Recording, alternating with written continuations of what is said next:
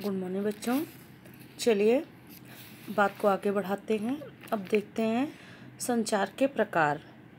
तो संचार के क्या प्रकार है बेटा? संचार के कई प्रकार हैं और इसके जो विविध प्रकार या रूप हैं वे एक दूसरे से काफ़ी घुले मिले हैं, काफ़ी कुछ एक दूसरे से जैसे ही लगते हैं। मतलब इनमें कभी कभी तो होता है इनमें अंतर करना मुश्किल हो जाता है। तो आगे आगे धीरे धीरे आप समझते चलेंगे। चलिए हम इसके पहले प्रकार की बात करते हैं। जैसे है पहला प्रकार है इसका अंतःवैयक्तिक संचार। क्या है? अंतःवैयक्तिक संचार। तो ये अंतर्वैयक्तिक संचार क्या है? जब हम कुछ योजना बना रहे होते हैं या किसी को याद कर रहे होते हैं, हम उस समय हम क्या होता है, हम घर में अकेले होते हैं या कहीं भी पार्क में बैठे होते हैं, मंदिर में बैठे होते हैं, हम अकेले होते हैं, हमारे मन में कुछ चल रहा होता है, हम कुछ सोच रहे होते हैं। और तो इस तरह से ये जो अंतःवैयक्तिक संचार है, इस संचार में जो प्राप्तकर्ता है और संचारक दोनों एक ही व्यक्ति होता है। मतलब हम किसी को मैसेज न लिख कर, न बोल कर, न इशारे के द्वारा, न कहीं से हम समझा नहीं रहे होते हैं। हम अपने मन में बैठकर सोच रहे होते हैं या किसी दूर स्थित अपने किसी प्रिय व्यक्ति को याद कर रहे होते हैं। तो यहाँ पर हम अकेले होते हैं। लेकिन ऐसा होता है, हमें भी लगता है, आपको भी लगता होगा कि हाँ, अगर हम किसी को, जैसे कहते हैं कि किसी को याद कर रहे होते हैं तो उस तक हमारी आवाज़ पहुंचती है। भले ही डायरेक्टली हम कुछ ना कह रहे होते हैं, किसी फ़ोन, किसी मैसेज या मुख की किसी बात के द्वारा हम वहाँ तक संदेश नहीं पहुंचा रहे होते हैं, लेकिन फिर भी हमारे जो मन की आवाज़ है वो वहाँ तक पहुँच रही होती है। जैसे इसका मुख्य उदाहरण हो सकता है पूजा, इबादत या प्रार्थना भी। जैसे हम भगवान से प्रार्थना कर रहे होते हैं, कभी कभी तो हम श्लोक मंत्र जो बोलते हैं करते हैं तो कोई बात नहीं, वो सबको सुनाई देता है। पर सबको सुनाई देता है तो क्या भगवान भी वहाँ होते हैं? भगवान प्रत्यक्ष हमारे सामने होते हैं? नहीं होते ना। लेकिन हम मानते हैं कि हमारी जो पूजा है वो भगवान तक पहुंच रही होगी। ऐसे कभी कभी हम मन से कुछ नहीं, मतलब ऊपर से कुछ नहीं बोलते हैं, कुछ नहीं कहते। कभी दुखी होते हैं, परेशान होते हैं तो हम सिर्फ मन ही मन ईश्वर को याद कर रहे होते हैं। प्रत्यक्ष रूप से किसी को ये नहीं लगता कि हम प्रार्थना कर रहे हैं, ईश्वर से बात कर रहे हैं, लेकिन हम मन ही मन कह रहे होते हैं। तो यहाँ पर संचारक भी हम ही होते हैं और प्रचारक और प्राप्तकर्ता भी हम ही होते हैं। लेकिन ये जो हमारी पूजा है, ये जो हमारे मन के भाव हैं, हमें ऐसा लगता है कि ईश्वर तक पहुंच रहा होता है, क्योंकि ये हमारे मन की आवाज़ होती है, हमारे दिल की, हमारी आत्मा से निकली आवाज़ होती है और ये हमारे इष्ट तक पहुंच जाती है, ऐसा हमारा सबका विश्वास होता है। तो ये जो इस तरह की जो इबादत, पूजा या इस तरह की जो संचार प्रक्रिया होती है, इसे क्या कहते हैं? अंतःवैयक्तिक संचार। इसको इंग्लिश में कहते हैं इंट्रापर्सनल। अंतःवैयक्तिक का अंग्रेजी अनुवाद है इंट्रापर्सनल।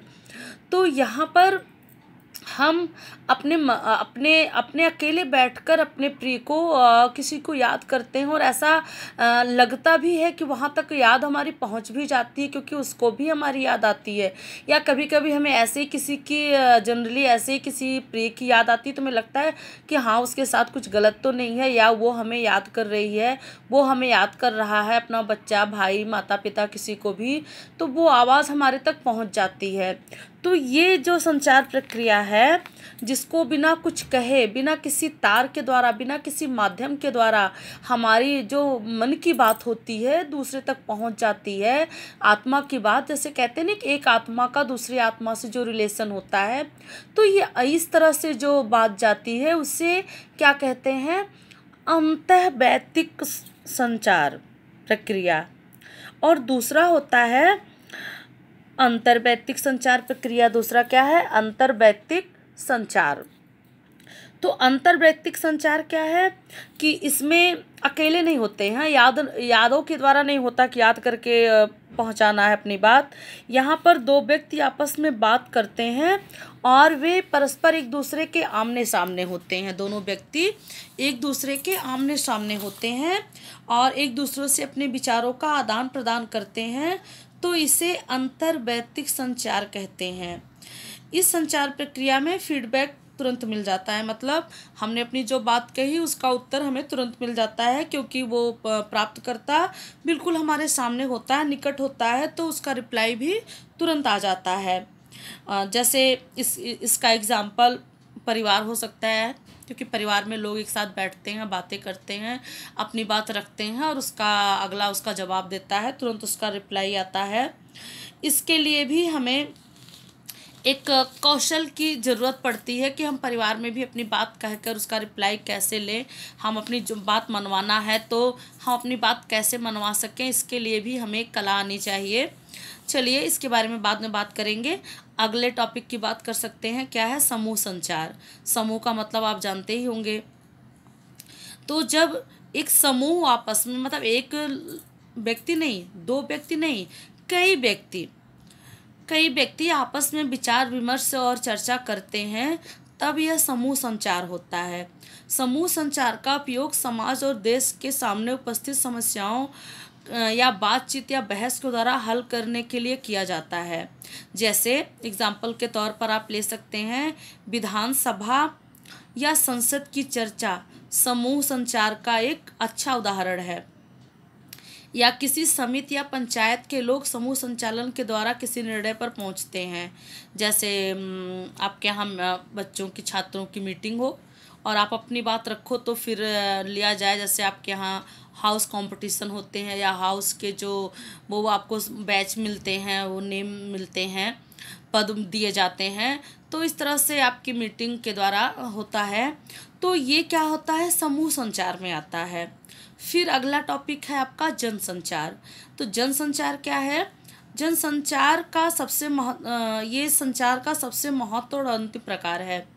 जब हम व्यक्तियों के समूह के साथ प्रत्यक्ष संवाद के अतिरिक्त किसी तकनीक या यांत्रिक माध्यम के जरिए एक विशाल वर्ग से संवाद कायम रखते हैं, तो उसे जनसंचार कहते हैं।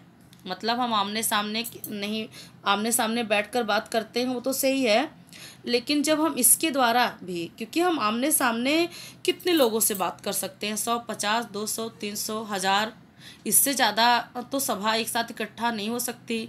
लेकिन ये जो जनसंचार है, इसके लिए क्या है कि हम एक साथ लाखों करोड़ों लोगों तक संचार पहुंचा सकते हैं। जैसे इसका माध्यम क्या, टेलीविज़न पर जो प्रोग्राम दिखाए जाते हैं या वहाँ पर जो संवाद कायम किए जाते हैं, तो जैसे आप केबीसी आपका प्रोग्राम होता है तो उसको सभी देखते हैं, मतलब लाखों जनता उसको देख रही होती है, वहाँ पर जो सवाल पूछे जाते हैं उसको सुन रही होती है, और कभी कभी वो ऑडियंस के लिए भी आता है कोई प्रश्न, तो कोई भी उसका आंसर दे सकता है।